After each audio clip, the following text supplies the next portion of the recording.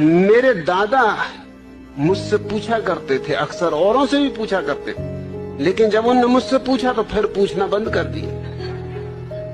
वो पूछा करते थे कि अक्ल बड़ी की भैंस।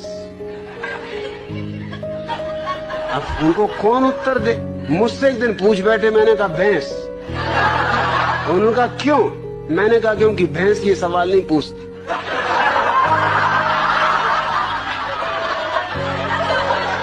ये खुजली तुम्हारी अक्ल में ही चलती। भैंस तो बिल्कुल परमहंस दशा में। मैं कई भैंसों के पास जाके कई घंटों खड़ा रहा, कोई भैंस नहीं पूछती कि अक्ल बड़ी की भैंस। अरे भैंस को पता ही है कि हम बड़े, क्या पूछना। फिर उन्होंने नहीं पूछा। फिर मैं कई दफा उनसे पूछता था कि पूछो ना, अक्ल बड़ी की भैंस। कहते तू चुप रहे। वो मुझे कहीं नहीं ले जाते थे, वो बड़ा सत्संग करते थे, महात्माओं के पास जाते थे। वो जब भी जाए मैं बैठे ही रहता कि आया मैं भी, कि नहीं तू ले जाने नहीं, तू कुछ ना कुछ उल्टी सीधी बात कह देगा।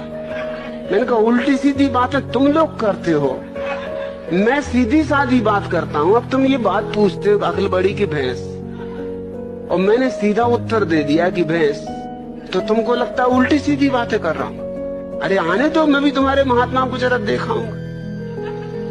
एक दफा मुझे ले गए, सिर्फ एक दफा ले गए। एक महात्मा के पास गए वो मिलने, मुझे ले गए।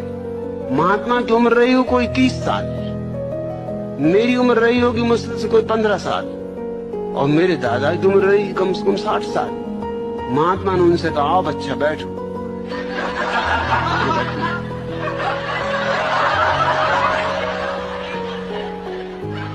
मेरे दादा ने मुझसे कहा तुम्हें कुछ पूछना तुम पहले ही पूछ लो, नहीं तो फिर गड़बड़ हो जाएगी, फिर मैं पूछ लूं। मैंने उनसे पूछा कि बच्चा एक जवाब दो। महात्मा बहुत नाराज हुए, कहने लगे मुझसे बच्चा कहते हो? मैंने कहा तुम मेरे दादा को बच्चा कह रहे हरामजादे, 60 साल की उम्र के बूढ़े को बच्चा कह रहे। 30 साल के तुम हो, 15 साल का मैं हूं, तो कोई गणित में गलती कर रहा हूं? तुम बच्चा नहीं महाबच्चा।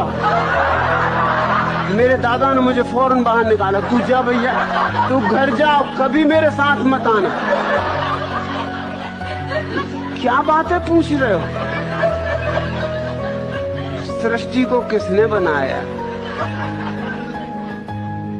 जान भी लोगे तो क्या करोगे? क्या फिर से बनाना है? एक से ही मन नहीं भरा।